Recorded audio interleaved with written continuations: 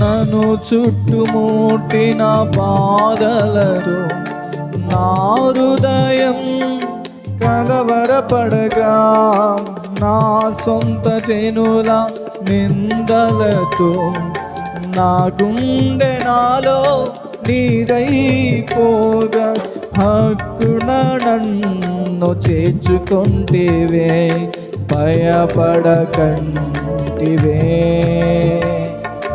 మీ కుట ప్రేమను చూపితివే, నన్ను ఓదార్చితివే.